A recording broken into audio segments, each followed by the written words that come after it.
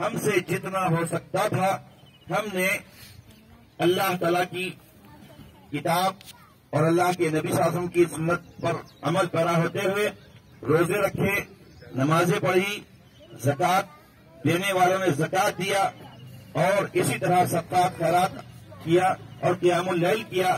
الغرض یہ نیکیاں ہمارے لیے یقیناً آخرت میں ہماری نجات کا ذریعہ بنے گی۔ محترم حضرات، ہم دیکھ رہے ہیں کہ معاشرے میں دن بدن لوگ دین سے ایک طرف دور بھی ہوتے جا رہے ہیں اور دوسری طرف دین کے قریب بھی آ رہے ہیں۔ اس موقع پر میں آپ حضرات کو عید الفطر کا یہ پیغام دینا چاہتا ہوں کہ سال میں ایک مرتبہ جو ہمارے لیے خوشی کا دن ہوتا ہے، مسرت کا دن ہوتا ہے، عید کے ایک معنی بار بار لوٹ کر آنے کی چیز کو بھی کہتے ہیں، اور سال میں 2 مرتبہ ہمارے لیے اسلام نے عیدیں رکھی ہے، ایک روزوں کے اختتام پر عید الفطر اور دوسرے عید الاضحیٰ۔ یہ 2 عیدیں اسلام کی تعلیمات پر عمل پیرا ہونے کے لیے اللہ کے نبی صلی اللہ علیہ وسلم نے سال میں 2 مرتبہ ہمیں یہ چیزیں عطا کی ہے۔ محترم حضرات، اگر ہم صحیح معنی میں اسلامی تعلیمات پر عمل پیرا ہو جائیں اور اپنے آپ کو، اپنے اہل و عیال کو، اپنے بیوی بچوں کو دین کی طرف لے آئیں اور دینی تعلیمات پر عمل پیرا ہونے کے لیے فکر مند ہو جائیں، تو ہم موجودہ دور کے فتنوں سے، خرافات سے، بے دینی سے بچ سکتے ہیں۔ الحمدللہ ماہ رمضان میں ایک حد تک مسلمانوں نے یا مسلمانوں کی اکثریت نے اپنے آپ کو شریعت کا پابند کرتے ہوئے نمازوں کو قائم کیا، روزوں کا اہتمام کیا، قیام اللیل کا اہتمام کیا۔ میں آپ سے سوال کرنا چاہتا ہوں، پوچھنا چاہتا ہوں، کیا ہم نے ماہ رمضان میں جتنے نیک اعمال کیے ہیں یہ صرف ماہ رمضان کی حد تک محدود ہو کر رہ جائیں گی یا پھر رمضان کے بعد بھی رہیں گی؟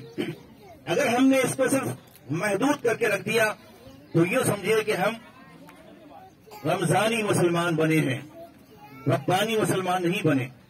ضرورت اس بات کی ہے کہ اسلام ہمیں جس دین کی تعلیم دیتا ہے وہ دین ہمیں اس بات کی تاکید کرتا ہے کہ تم مرتے دم تک اللہ اس کے رسول کے احکامات کی پیروی کرو۔ وَلَا تَمُوتُنَّ إِلَّا وَأَنْتُمْ مُسْلِمُونَ، جب تک تم اسلام پر قائم نہ رہو تمہاری موت نہ آئے، یعنی اس کا مطلب یہی ہے کہ تمہاری موت ایمان کی حالت میں آئے۔ محترم حضرات، یہ دنیا دار فانی ہے، یہ دنیا دار فانی ہے، فنا ہونے والی ہے، کوئی چیز باقی رہنے والی نہیں ہے۔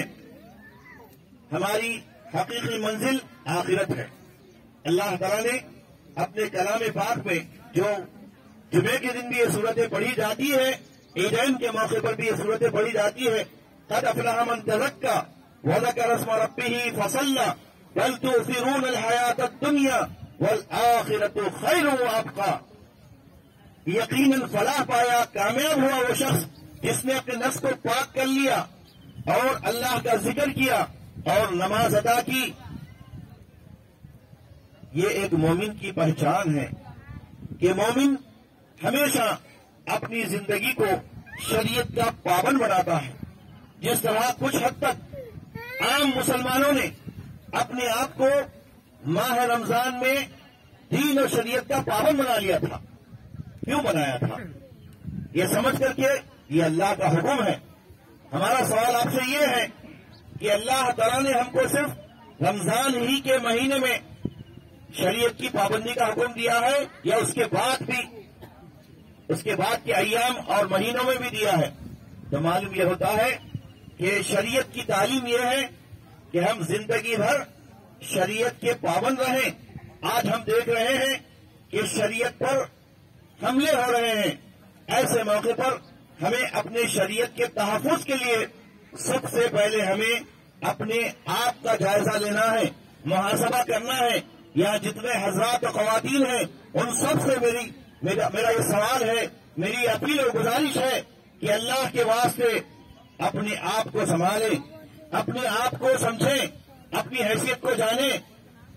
اگر ہم نے اپنے آپ کو نہیں سمجھا، اپنے آپ کو تبدیل کرنے کی کوشش نہیں کیا، تو یاد رکھیے اللہ تبارک تعالیٰ نے ہم کو جو موقع دیا ہے یہ اس دنیا میں اپنے آپ کو سنبھالنے کا، سدھرنے کا اور اپنی اصلاح کرنے کا، اگر ہم نے دین کو نظر انداز کرتے ہوئے صرف ماہ رمضان تک پابندی کی تھی، اب ان ایام میں ہم پابندی نہیں کریں گے، شریعت پر نہیں چلیں گے، کتاب اللہ کی کتاب کو نہیں پڑھیں گے، نہیں سمجھیں گے، تو پھر وہی حال ہوگا جو سابقہ قوموں کا ہوا تھا۔ ہمارے اسلاف صحابہ کرام رضوان اللہ تعالی علیہم اجمعین اللہ کے کلام کے ساتھ، قرآن مجید کے ساتھ ان لوگوں کی وابستگی، ان کا تعلق ایسے مضبوط تھا کہ اللہ تعالیٰ نے ان کو کامیابی عطا فرمائی تھی۔ لیکن آج ہم مسلمانوں نے قرآن سے ہمارا تعلق رسمی طور پر ہو گیا ہے۔ یہی وجہ ہے کہ ماہ رمضان میں 1 دہے 2 دہے 3 دہے لوگوں نے ختم کر دیے، لیکن سورہ فاتحہ کو بھی نہیں سمجھا، قرآن مجید کی کوئی ایک سورت کو سمجھنے کی کوشش نہیں کی، جبکہ اللہ تعالیٰ نے قرآن مجید کو اس لیے نازل کیا ماہ رمضان میں تاکہ قرآن کو سمجھا جائے۔ شہر رمضان الذی انزل فیہ القرآن ھدی للناس وبینات من الھدی والفرقان۔ یہ ماہ رمضان میں قرآن کو نازل کرنے کا مقصد کیا تھا؟ تاکہ یہ انسانیت کو اس سے ہدایت ملے اور اللہ کے نیک متقی بندے اپنی زندگی سنوارے۔ اسی لیے اللہ تعالیٰ نے قرآن کو نازل کیا۔ محترم حضرات، آج ہم دیکھ رہے ہیں کہ ہم اپنے اندر دین سے غافل ہو کر اپنی اولاد کو توحید سے غافل رکھ کے یقیناً ہم گمراہی کے راستے پر جا رہے ہیں۔ اس موقع پر میں آپ حضرات کو یہ پیغام دینا چاہتا ہوں کہ سب سے پہلے آپ اپنے آپ کو سمجھیں، قوا انفسکم واہلیکم نارا، اپنی اولاد کو سدھاریں۔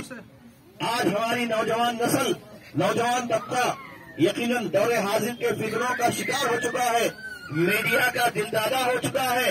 اس کو ماں باپ کی بات، بڑوں کی بات، اپنے علماء کی بات سمجھ میں نہیں آتی۔ کیوں؟ اس لیے کہ وہ میڈیا کا، سوشل میڈیا کا دیوانہ ہو چکا ہے۔ ضرورت اس بات کی ہے کہ سوشل میڈیا کا ایک حد تک استعمال کیا جائے اور سمجھا جائے کہ اس کے کیا فتنے ہیں۔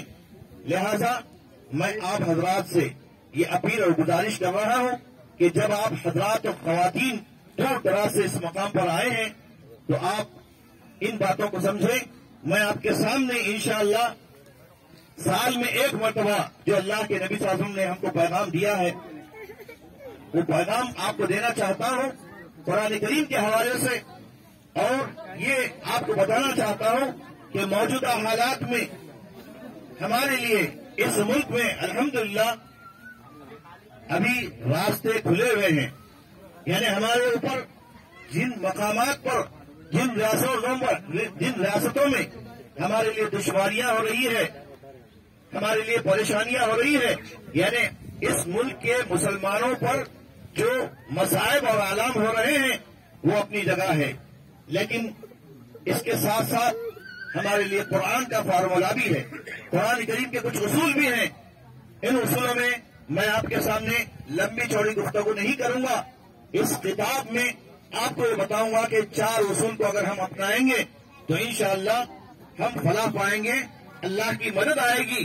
ان تنصروا اللہ ینصرکم ویثبت اقدامکم، اگر تم اللہ کی مدد کرو گے یعنی اللہ کے دین پر چلو گے تو اللہ تمہاری مدد کرے گا۔ لہذا ان 4 اصولوں کو اچھی طرح سن لیجئے۔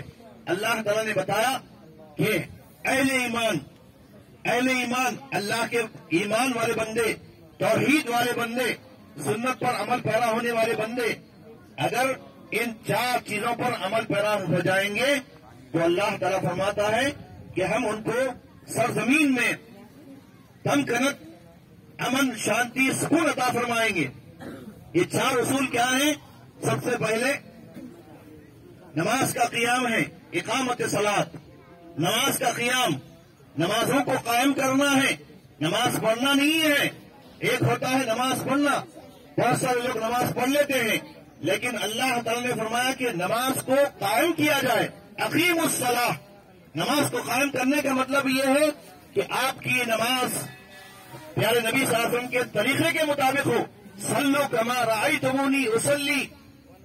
ہم نے دیکھا کہ ماہ رمضان میں جو لوگ نمازیں پڑھ رہے تھے، بہت سارے لوگوں کی نمازیں ایسی تھی جو شریعت کے خلاف تھی، جو اللہ کے نبی نے نہیں بتائی. آج بھی وہی پڑھ رہے ہیں. ضرورت اس بات کی ہے کہ ہم نمازوں کو ایسے قائم کریں اور ایسی نماز ہماری ہو جو اللہ کے نبی صلی اللہ علیہ وسلم پڑھا کرتے تھے. پیارے نبی صلی اللہ علیہ وسلم نے فرمایا کہ تم ایسے ہی نماز پڑھو جس طرح تم نے مجھے نماز پڑھتا ہوا دیکھا ہے. سورہ مومنون کی پہلی آیت میں اللہ تعالیٰ نے فرمایا قد افلح المؤمنون الذین هم فی صلاتهم خاشعون. یقیناً فلاح پائے، کامیاب ہوئے وہ ایمان والے جنہوں نے اپنی نمازوں کو خشوع اور خضوع کے ساتھ ادا کیا. نماز میں جب تک خشوع نہیں ہوگا، نماز میں خشوع اور خضوع جب تک نہیں ہوگا، ہماری نمازیں منہ پر مار دی جائے گی. مثلاً یہ کہ اللہ کے نبی صلی اللہ علیہ وسلم نے نماز میں چوری سے منع کیا. نماز میں چوری کیا ہے؟ آدمی اگر حالت رکوع، حالت سجدہ میں چھٹ پٹ کرے اور جس طرح کبا ٹھونگ مارتا ہے ایسی ٹھونگ مارے تو وہ نماز نہیں ہوتی. نماز کو سکون اور اطمینان سے پڑھنے کا حکم دیا گیا. لیکن افسوس کی بات ہے کہ دین کے معاملے میں ہم بہت ہی لاپرواہ ہے، غافل ہے، سست ہیں. دنیاوی معاملات میں بہت فاسٹ ہیں، ہم دنیاوی معاملات میں بہت تیز ہیں. اگر ہم کو کہیں راشن لینا ہوتا ہے تو دکان ابھی بند رہتی ہے، اس سے پہلے پہنچ جاتے ہیں. کسی جگہ جانا ہوتا ہے تو 3-4 گھنٹے پہلے ایئرپورٹ پہنچ جاتے ہیں. کوئی چیز خریدنا ہوتا ہے تو وقت سے پہلے ہم پہنچ کر وہ چیز حاصل کر لیتے ہیں. یہاں تو اللہ تعالیٰ بتا رہا ہے کہ تم حی علی الصلاح حی علی الفلاح، کہ تم صلاح کی طرف آ جاؤ، یعنی نماز کی طرف آؤ اور فلاح کی طرف آؤ، کامیابی کی طرف آؤ. اور آج کا مسلمان کامیابی کس میں ڈھونڈ رہا ہے؟ جمانے میں بلڈنگیں بنانے میں، تعمیرات کرنے میں، پراپرٹیاں جمع کر کے رکھنے میں. یہ ساری چیزیں فنا ہونے والی ہے. ایک مسلمان کی کامیابی یقیناً آخرت کی کامیابی ہے. وَمَا الْحَيَاةُ الدُّنْيَا إِلَّا مَتَاعُ الْغُرُورِ. ہر چیز فانی ہے. كُلُّ مَنْ عَلَيْهَا فان. اس کا ہم کو علم بھی ہے. اس کے باوجود بھی ہمارے اندر کا جو شیطان ہے وہ شیطان ہم کو وسوسوں میں مبتلا کر دیتا ہے کہ اگر تم اللہ کی راہ میں خرچ کرو گے تو کنگال ہو جاؤ گے اور غریب ہو جاؤ گے.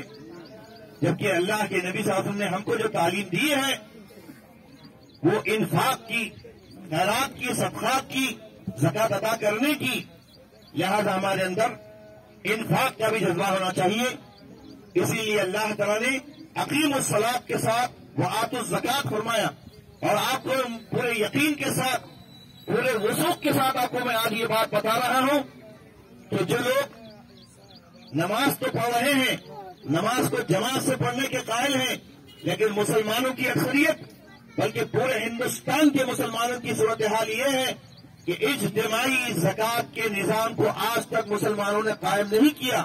اجتماعی طور پر مسجد میں آتے ہیں، جماعت سے نماز پڑھتے ہیں، لیکن زکوٰۃ انفرادی دیتے ہیں. جبکہ ابوبکر صدیق رضی اللہ عنہ پہلے خلیفہ بنتے ہی انہوں نے ایک آرڈر جاری کیا. فرمایا لأقاتلن من فرق بین الصلاۃ والزکوٰۃ. یقیناً میں جہاد کروں گا ایسے لوگوں کے ساتھ جو نماز تو پڑھتے ہیں جماعت سے لیکن زکوٰۃ کو جماعت کے ساتھ نہیں دیتے، اجتماعی طور پر نہیں دیتے. تو یہی فارمولہ ہے